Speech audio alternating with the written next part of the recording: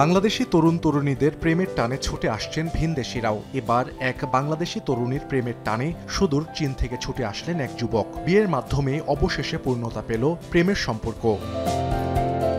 সামাজিক যোগাযোগ মাধ্যম উইচ্যাটের মাধ্যমে প্রায় ৬ মাস আগে চীনের সাংশাই অঞ্চলের বাসিন্দা লিসি জাংয়ের সঙ্গে পরিচয় হয় বাংলাদেশি তরুণী ফাতেমার। দিন যতই যায় তাদের দুজনের মধ্যে বাড়তে থাকে সম্পর্কের গভীরতা। এক পর্যায়ে দুইজনই বুঝতে পারেন তারা হাবুডুবু খাচ্ছেন একে অপরের প্রেমে। চীনা যুবক সিদ্ধান্ত নেন বাংলাদেশে এসে ফাতেমাকে বিয়ের।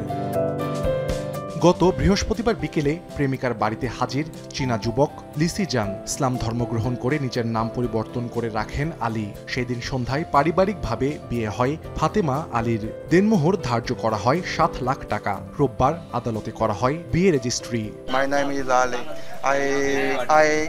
I come Balinese NATO to meet my wife. উইচ্যাটে আমরা চ্যাটিং এর মাধ্যমে পরিচিত হয়েছি আজ থেকে ৬ মাস আগে। তো কথা বলতে বলতে একটা গভীর সম্পর্ক হয় আর কি। দেন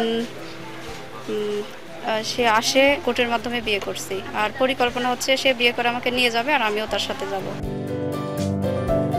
নবদম্পতিকে দেখতে তাদের বাড়িতে ছুটে আসেন প্রতিবেশীরাও।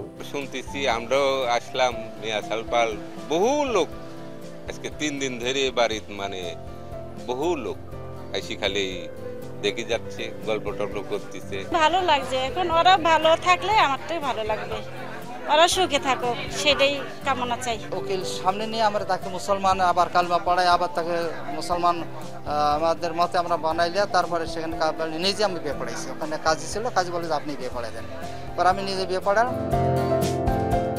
নাটোর সদর উপজেলার খোলাবাড়িয়ার বড়বাড়িয়া এলাকার আবু তাহেরের মেয়ে ফাতেমা পড়াশোনা করছেন নবাব সিরাজউদ্দৌলা কলেজে ইসলামী ইতিহাস বিভাগের ৩য় বর্ষে। অন্যদিকে চীনা নাগরিক লিসি জাং পেশায় একজন চিকিৎসক।